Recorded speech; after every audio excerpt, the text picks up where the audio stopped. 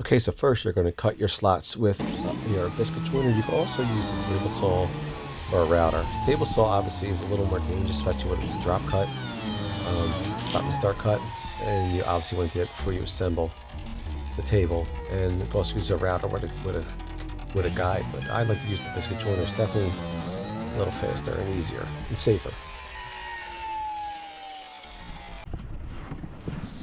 So next, I'm just going to put some mineral oil on. You can also use like a pre-condition, like a pre-stain. I like to use mineral oil. It gives it like a wet look, darkens the wood a little bit, pops the grain. And I put it on both sides of the tabletop and the bottoms.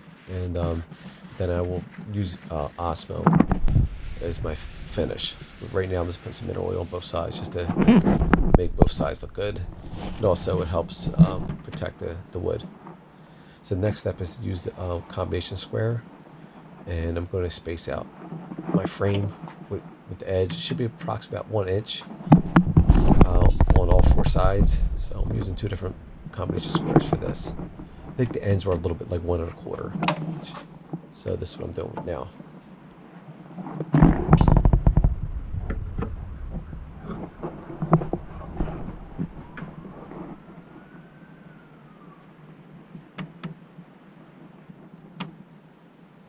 This is also important too, because when you start screwing in the top, this can move. So you want to keep the combination squares handy when you start screwing them in, so that way you know that the tabletop that moves is not uneven.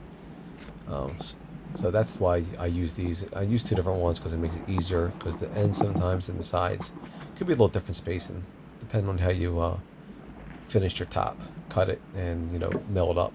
So sometimes it's not as perfect as planned.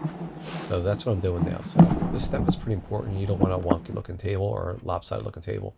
So now I'm going to use Z-clips. Z-clips allow for wood movement. So what these do, they slide in the slots that you cut previously with your biscuit joiner, and they slide side to side with the grain, or against the grain.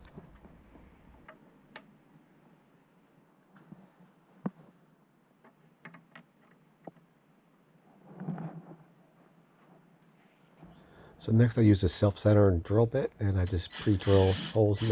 Technically you don't have to use these for self-tapping screws, but I just like to do it just to prevent any splitting of the top when I'm putting these screws in.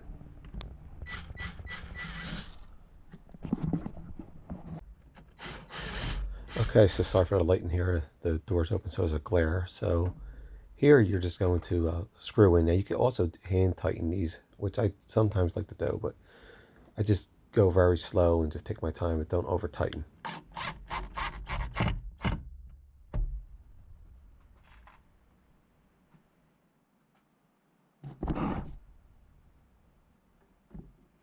So this is done, and it should prevent the wood moving and splitting at your glue joints for future.